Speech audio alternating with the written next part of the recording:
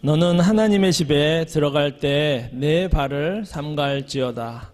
가까이 하여 말씀을 듣는 것이 우매한 자들이 재물 드리는 것보다 나으니 그들은 악을 행하면서도 깨닫지 못함이니라.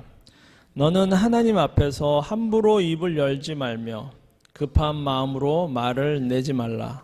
하나님은 하늘에 계시고 너는 땅에 있음이니라. 그런즉 마땅히 말을 적게 할 것이라.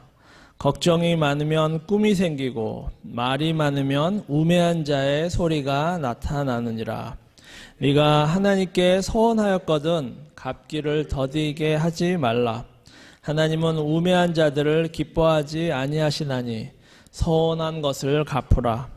서원하고 갚지 아니하는 것보다 서원하지 아니하는 것이 더 나으니 내 입으로 내 육체가 범죄하게 하지 말라. 천사 앞에서 내가 서원한 것이 실수라고 말하지 말라. 어찌 하나님께서 내 목소리로 말미암아 진노하사 내 손으로 한 것을 멸하시게 하랴. 꿈이 많으면 헛된 일들이 많아지고 말이 많아도 그러하니 오직 너는 하나님을 경외할지니라. 아멘. 우리 그리스도인들이 항상 또 꾸준하게 지켜온 것이 있습니다. 그것은 바로 예배입니다. 우리가 그리스도인이 된 이후부터 지금까지 우리는 의식하든지 의식하지 못하든지 예배는 항상 우리 중심에 있었습니다. 그리고 우리와 함께 했습니다. 예배는 기독교의 핵심입니다. 예배가 이처럼 중요한 이유는 우리를 창조하신 하나님께서 예배를 통해서 우리를 만나주시기 때문이죠. 그러므로 우리는 예배를 드리는, 예배하는 존재로 지음받았다고 말해도 과언이 아닐 것입니다.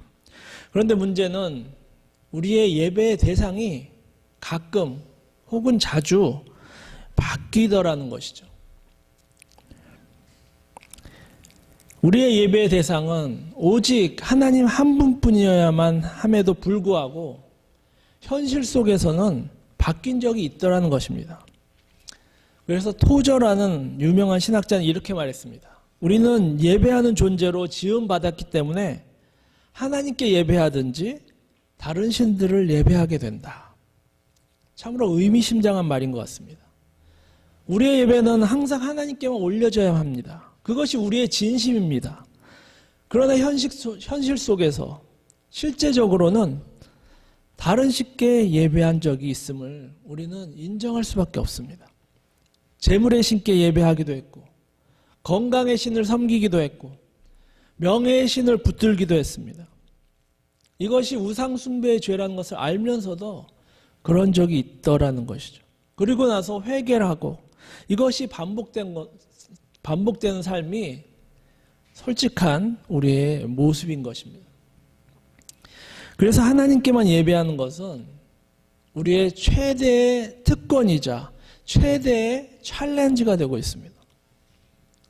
그러므로 우리는 평생 우리의 예배를 살피면서 좌로나 우로나 치우치지 않았는지, 우리의 마음과 뜻과 정성을 다하고 있는지 점검하면서 하나님께서 기뻐하시는 그런 참된 예배자로 서는 일이 매우 중요합니다.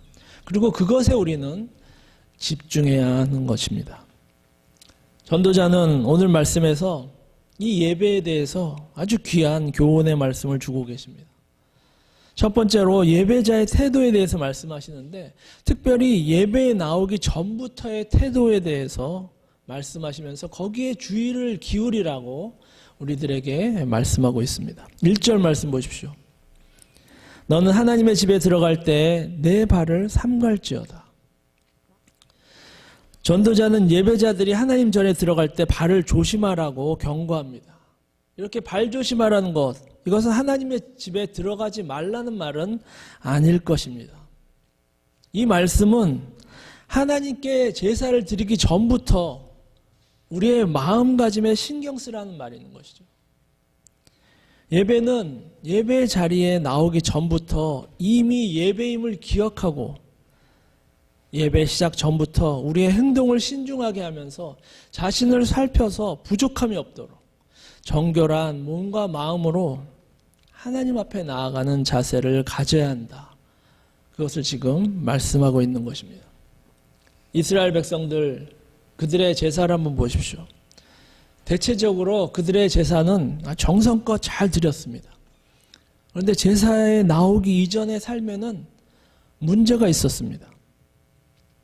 일상생활에서는 부정한 일들을 행하면서 악한 일들을 행하고 거짓을 행했던 그 발로 안식일에만 하나님의 율법을 따라서 제물을 가져오는 것, 그것만을 바른 신앙생활로 생각하고 그렇게 행동했던 것이죠.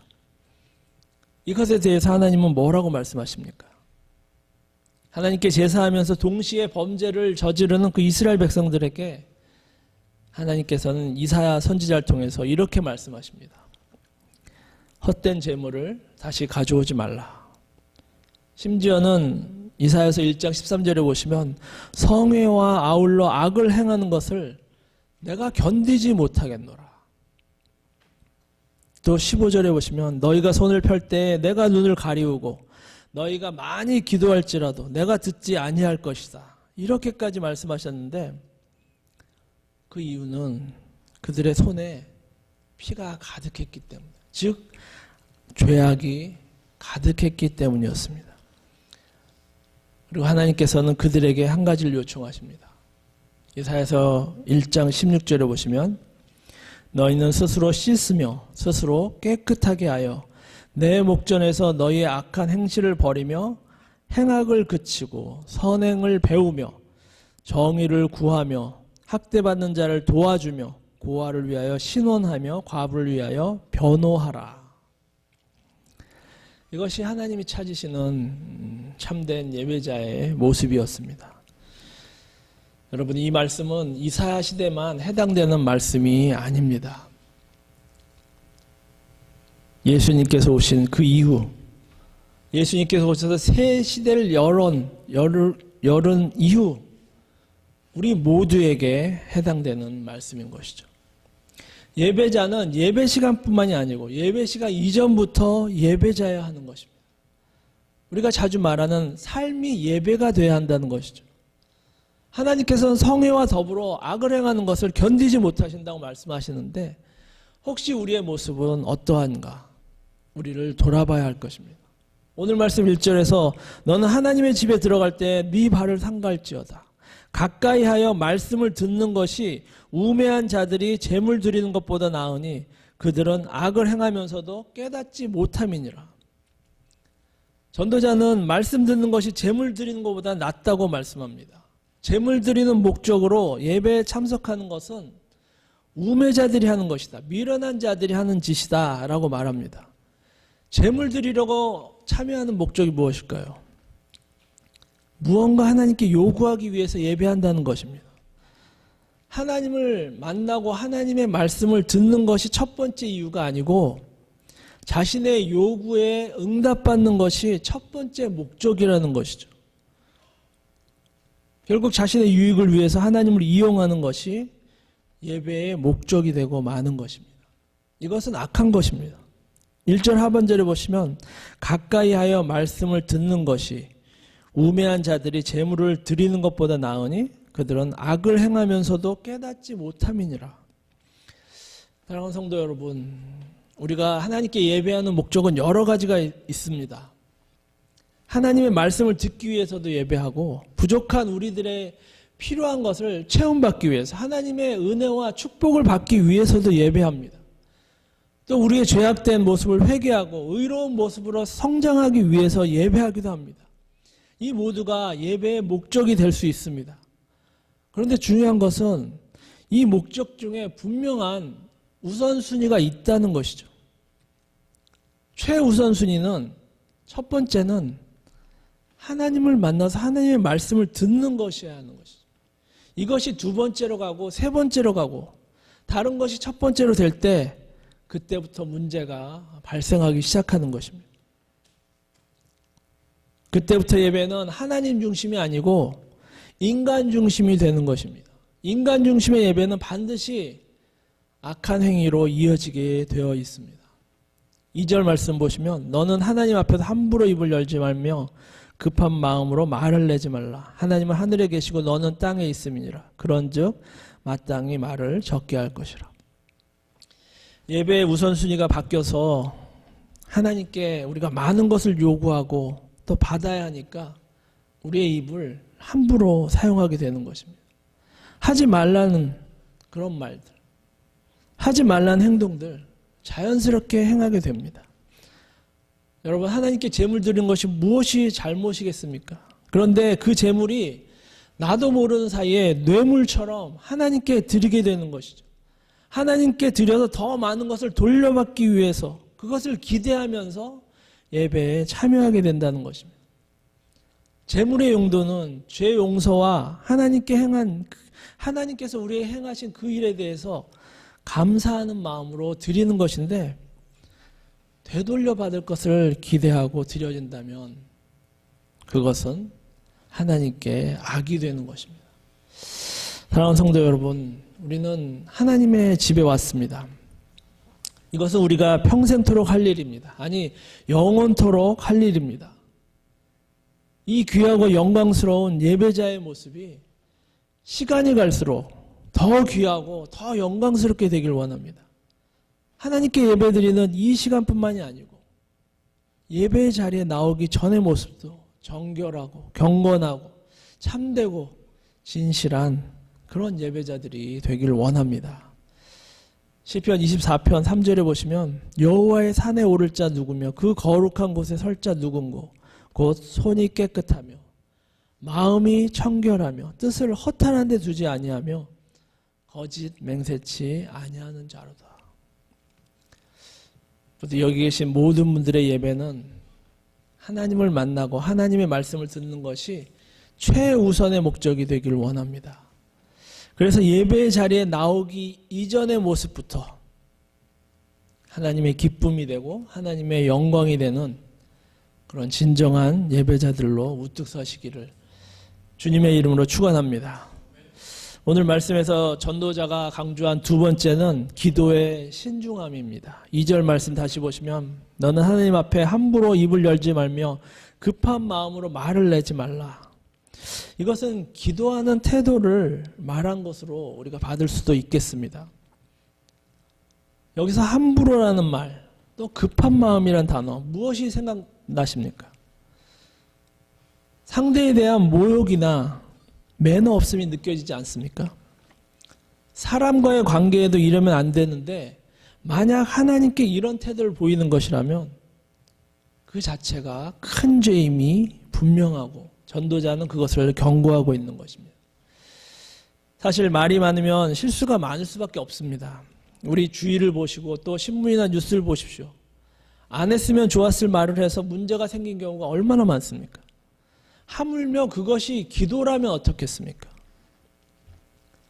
사람들은 대부분 기도는 오래 하고 많은 말을 해야 한다고 생각하는 경향이 있지만 예수님께서는 달리 말씀하셨습니다.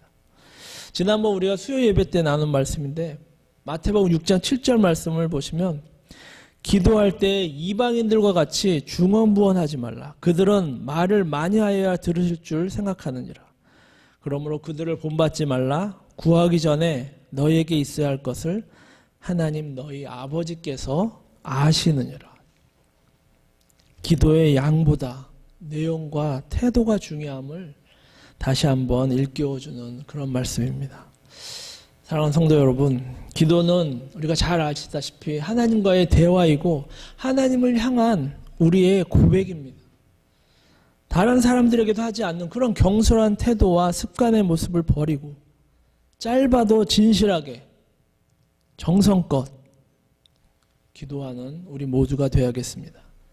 한마디의 기도를 올려드려도 진심을 다해서 경외심을 가지고 기도하는 그런 복되고 복된 성도님들이 되시기를 주님의 이름으로 축원합니다. 마지막으로 서원에 관한 교훈입니다. 서원은 기도와 아주 밀접한 관계가 있습니다. 그래서 서원기도라는 표현도 사용합니다. 시편을 보시면 이 서원기도가 많이 등장합니다. 만일 하나님께서 무엇을 해주시면 제가 무엇을 하겠습니다. 이런 형태의 시들이 많죠. 그런데 시편뿐만이 아니고 레위기, 민수기를 보셔도 서원에 관한 내용이 나오고, 대표적인 예가 사무엘상 1장에 나오는 한나의 그 서원 기도일 것입니다.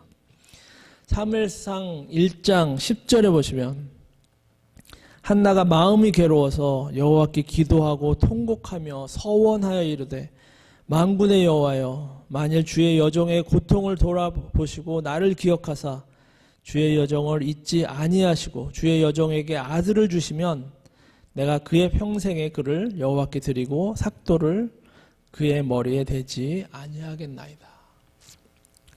이 서원 기도를 통해서 이스라엘의 마지막 사사였고 또 왕정 시대를 열었던 그 위대한 사무엘이 태어난 것을 우리는 잘 알고 있습니다.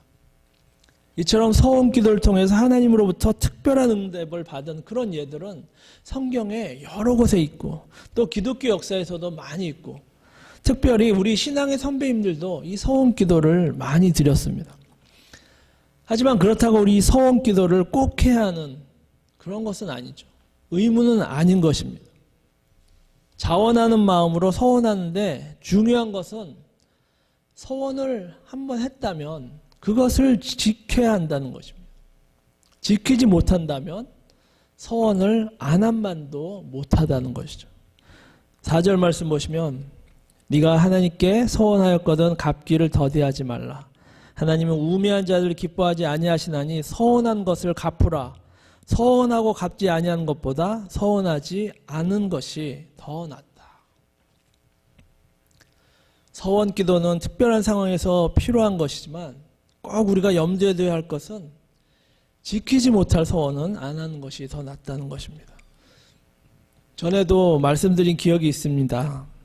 우리 부모님들 세대까지는 이 서원 기도를 많이 하신 것 같습니다. 그런데 그것은 시대적인 요구였다고 생각합니다.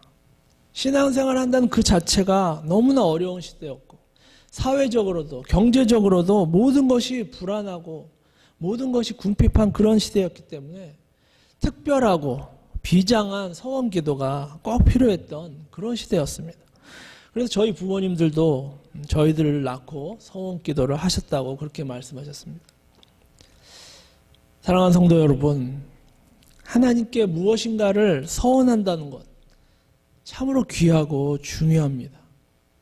그리고 그것을 잘 지키는 것은 더욱 중요합니다. 서원 기도는 특별한 기도인 만큼 왜 서원을 하는지 그 이유가 올바라야 할 것입니다. 혹시나 자신의 욕심이나 야망을 채우기 위해서 하나님의 힘을 이용하는 것이라면 죄를 범하는 것입니다. 6절 말씀 보십시오. 네 입으로 네 육체가 범죄하게 하지 말라. 천사 앞에서 내가 서원한 것이 실수라고 말하지 말라. 어찌 하나님께서 네 목소리로 말미암아 진노하사 네 손으로 한 것을 멸하시게 하랴. 서원은 나의 필요를 채우기 위해 하나님을 이용하는 수단이 아니고 하나님께서 베푸신 은혜에 감사해서 그 사랑에 감격해서 하나님께 헌신한다는 그런 특별한 신앙 고백인 것입니다. 이 귀하고 아름다운 서원의 기도, 서원 기도의 참뜻을 우리가 살려서 잘 사용하는 그런 복된 성도님들이 되시기를 주님의 이름으로 축원합니다. 오늘 말씀은 우리가 영원히 드릴 예배에 관한 말씀이었습니다. 예배자의 태도, 신중한 기도, 그리고 서원 기도의 중요성에 대해서 나눴습니다. 여기 계신 모든 분들은 오늘 이 말씀을 통해서 참된 예배자의 모습으로 한 걸음 더 나아가는 그런 은혜 가운데 거하시기를 주님의 이름으로 축원합니다. 기도하겠습니다.